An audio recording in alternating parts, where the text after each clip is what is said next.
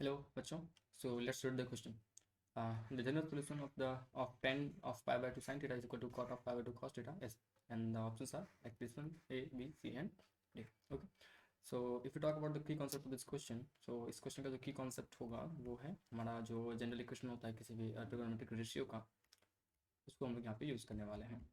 Like यहाँ पे जो यूज़ होने वाला है वो होने वाला है tan theta is equal to tan alpha. अगर हो tan theta is equal to tan alpha है, इन दैट केस थीटा क्या होता है? थीटा होता है n पाई प्लस अल्फा. ठीक है, एक कॉन्सेप्ट यूज़ होने वाला है. और दूसरा वाला जो है वो ये है कि cos theta is equal to cos alpha, in that case theta is equal to 2n pi plus minus alpha. Okay.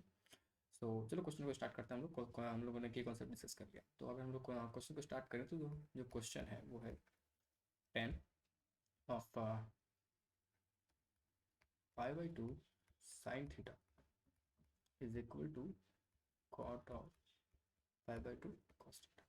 सो हम लोग RHS को रीअरेंज कर लें, इसको इस तरीके से, इसको हम लोग आगे से रीअरेंज कर लें कि tan of pi by two minus reduction formula use कर लिया हम लोगों ने. ठीक है.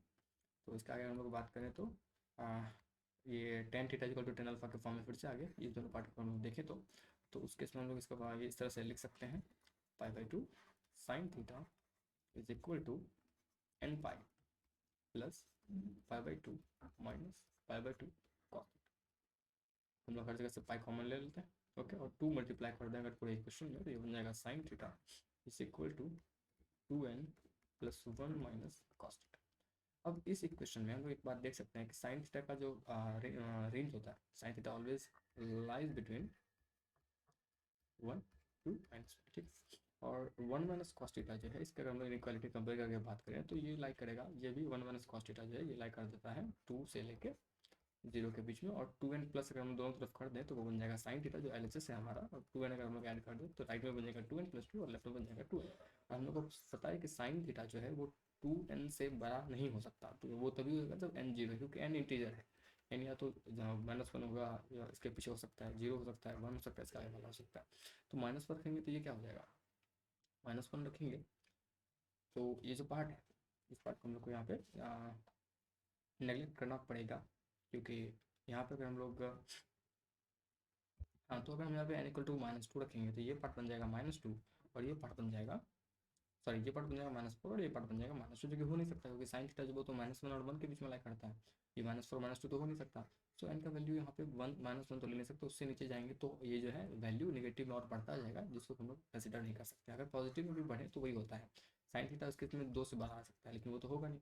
इस केस में हम लोग के पास एक ही बनता है, बाउंडेड कंडीशन हम लोग को यूज़ करना पड़ेगा. साइन यहाँ पे n का वैल्यू 0 होना पड़ेगा, तभी जाके साइन थीटा जो है वो हो जाएगा तुम्हारा 2 से छोटा हो जाएगा और 0 से बड़ा हो जाएगा. तो दिस इज करेक्ट. तो दिस पार्ट शुड बी 0. तो इस केस में अगर हम लोग लेफ्ट में साइन थीटा कॉस थीटा को ले आ जाए तो ये हो जाएगा sine theta plus cos theta is equal to 1.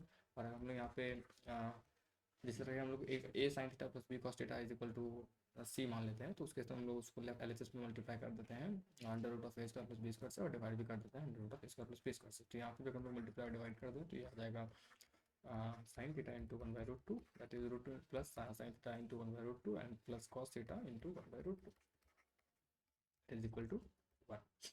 तो इसको फर्दर सॉल्व करके हम लोग यहाँ पे कन्वर्ट कर सकते हैं √2 into sine theta into sine pi by 4, sine theta into sine pi by 4 plus cos theta into cos pi by 4, that is equal to 1.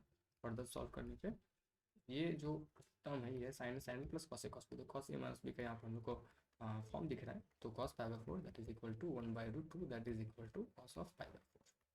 तो इस केस में हम लोग क्या कर सकते हैं कि theta minus cos theta equal to cos का फॉर्मूला हम लोग याद है, तो आ जाएगा 2m पाई प्लस में यहाँ m इसलिए हम लोग n पाई ले चुके हैं, तो इसमें कंफ्यूज नहीं होना है. ठीक है. तो प्लस माइनस ये हो जाएगा आपका पाई बाई 4. ऑलराइट. तो इसमें दो कंडीशंस बन रहा है. एक केस में अगर हम लोग प्लस वाला कंसिडर कर दें तो उस केस में हो जाएगा 2m pi plus pi by 2, right में जाके ऐड हो जाएगा. और दूसरे केस में अगर हम लोग माइनस वाला कंसिडर कर दें तो उस केस में हो जाएगा theta is equal to 2m pi. Alright. So अगर हम लोग ऑप्शन देखते हैं अपना, तो अपने हमारे जो ऑप्शन है उसमें से ये सी वाला ऑप्शन जो है हमारा करेक्ट है. So option C is the answer.